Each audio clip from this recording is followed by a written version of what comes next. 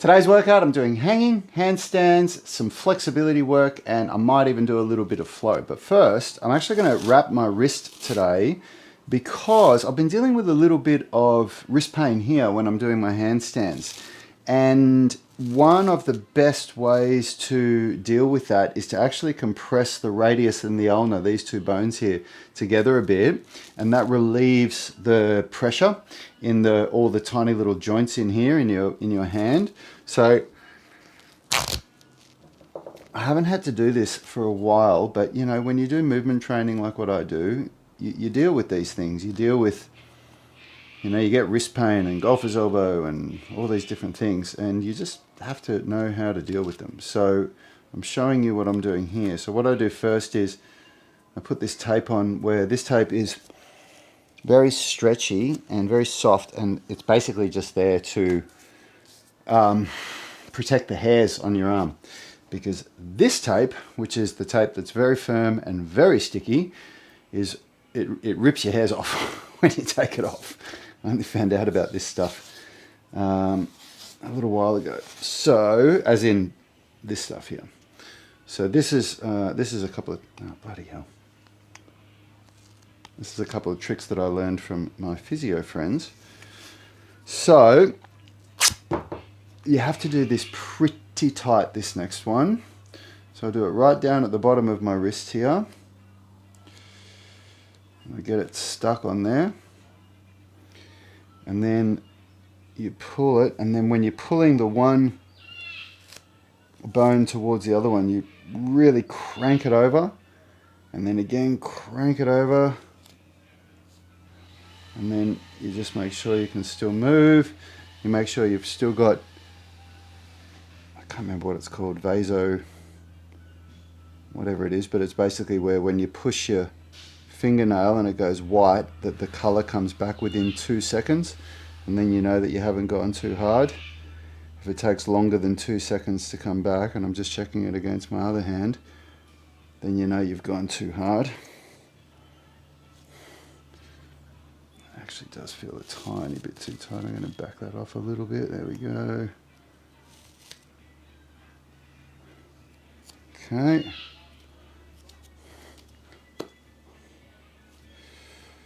Okay, let's check.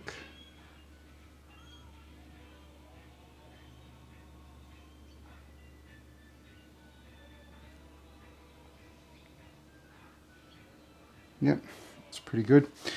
And so that constriction of the radius and ulnar together, it deloads these joints here, and so it allows me to continue my training relatively pain-free, and it allows the injury to recover.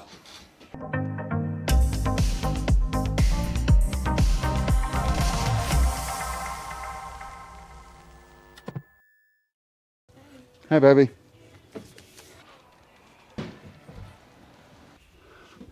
So I never use straps normally. I'm just not that kind of a guy. But on a recent podcast episode with our physiotherapist Phil White, where we were talking about golfer's elbow, he just reminded me that sometimes with something like golfer's elbow or tendon issues, it's not so much about what you can do to fix it. It's about what you can stop doing, what you can get rid of. And deloading the wrist flexors as much as possible, whoops, that was the wrong way, is often the answer. And so I've got to think about this, I've got to go that way. So I'm going to be I'm going to be using straps wherever I can for the next couple of weeks or so to see if it makes a difference with my golfer's elbow.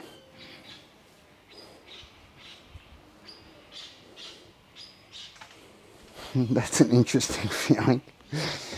I have never ever done hanging with straps before, and I don't normally use straps for anything unless I really need to, because I don't like the idea of not making your whole body strong, and I want my grip and my wrists to be getting trained in what I do. I normally only use straps for snatch grip deadlifting because, you know, the grip is absolutely the limiting factor in that move, and I don't do snatch grip deadlifting so that I can increase my grip strength. I do it for back strength.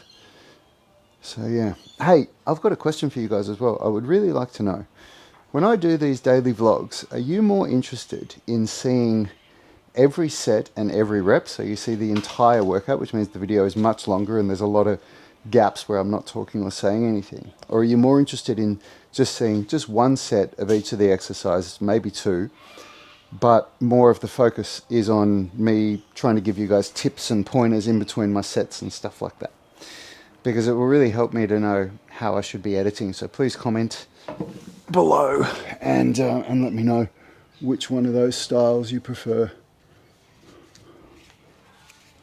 And either way, whatever you say, I will still sometimes do the other style just to mix it up a bit. Okay, so now I'm doing some external rotation work. I start with an end range contraction here. So I'm trying to lift my leg as high as I can, as hard as I can, for 10 seconds, and I'm going to do 3 sets of that. Come on.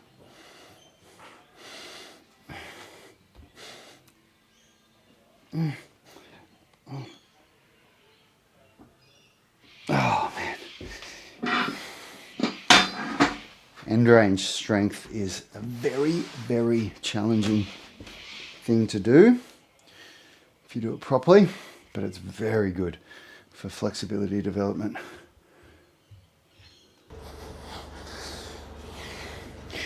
And so just so you guys know, this video will be edited in this newer style of what I'm potentially going to do, if it's what you guys like more of, where I'm not going to show every single set and I won't show every rep or the whole duration of each set. I'll just, you know, I'll make sure that you see everything that I do in a workout, but I'll edit it in a way where there's less time between when I'm talking to you and hopefully when I'm sharing something useful that you can take away. So tell me which you like better, please. I'd really like to know.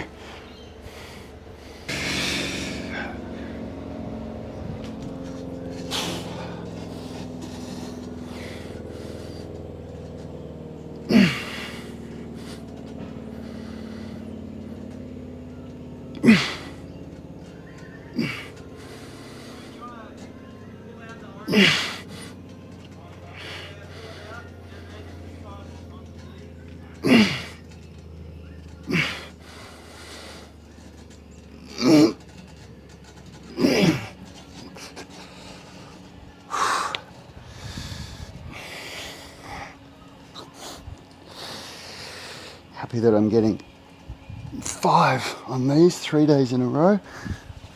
It's a big win. My goal is 10 reps on each arm. Come on.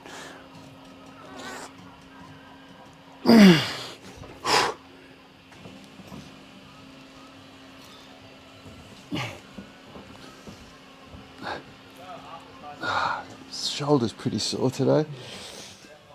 Feeling it. Those dips this week have really challenged my right shoulder. So this is quite tough.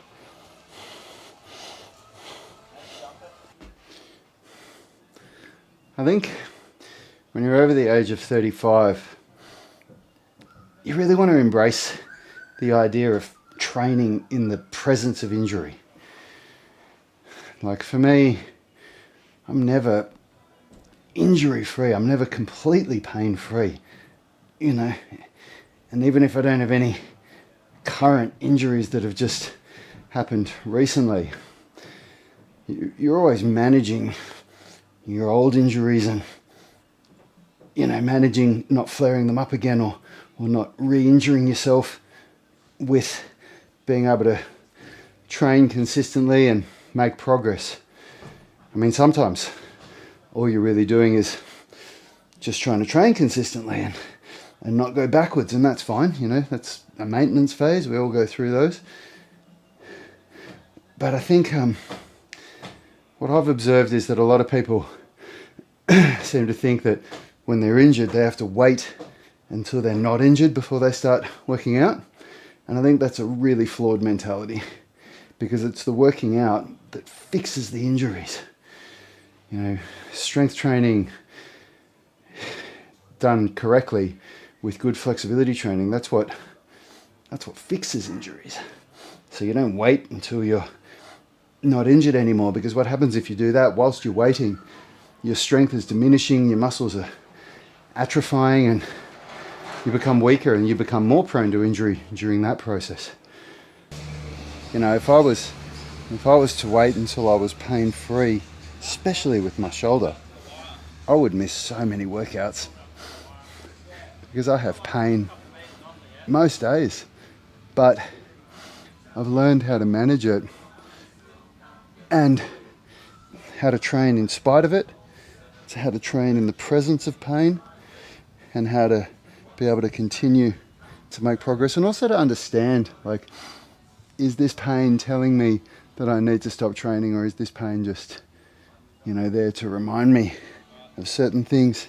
And who knows which answer of that is true, but I'm able to keep training. And I didn't used to know what I now know about injury rehab and about, you know, training around injuries and how to keep getting better. And I used to have to stop when I would get injured because I just didn't know what to do. But that was back when I was in my 20s. That's a long time ago now. And, you know, your body bounces back from injury very differently in your 20s than in your mid-40s, where I am now.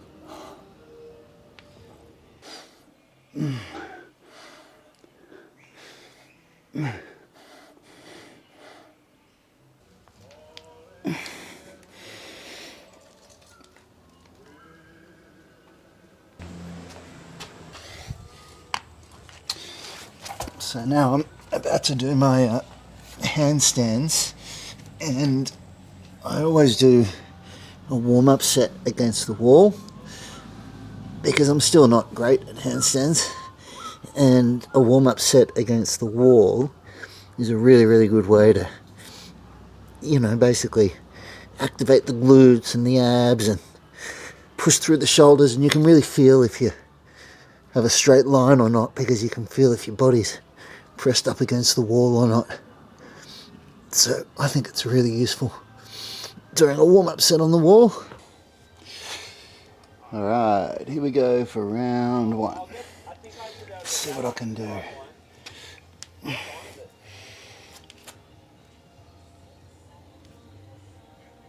Nope, not a good start. I'll get that one, and then come down and have a look. Because if there is anything out that backside, it's probably just going to be easier to just throw another line up there. So that one I'll just get now. But yeah, if I need to go any more, I'll have to get a line. Or put spikes on, but I don't really want to spike it. It's already got so many F's on it.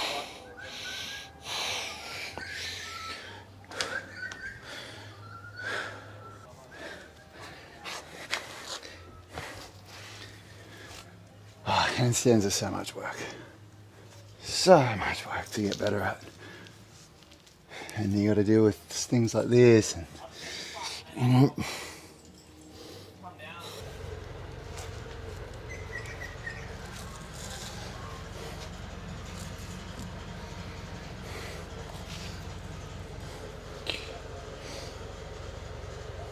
I think this is a little bit too tight. My hand's going a bit pink.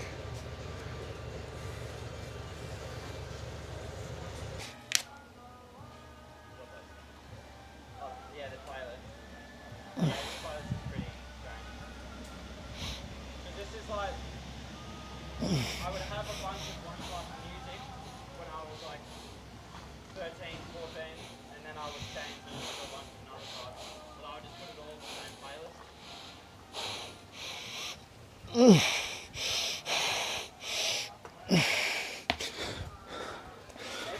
That was actually a really good set for me because I wasn't very stable, but there were 2 points there where I really almost lost it, but I was able to bring it back in without using the wall, and that's a big step forward. It's really important to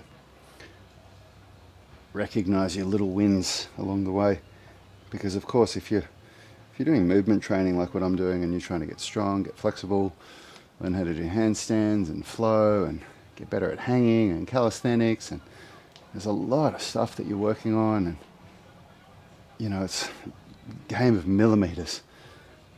It's very different than if you just focus on doing weightlifting and just strength training. You know, you can make more progress in that one area because you're focused, but of course you don't get better in other areas. So it's really important when you recognize like a bit of a breakthrough and you go, wow, look at that, I've had a breakthrough.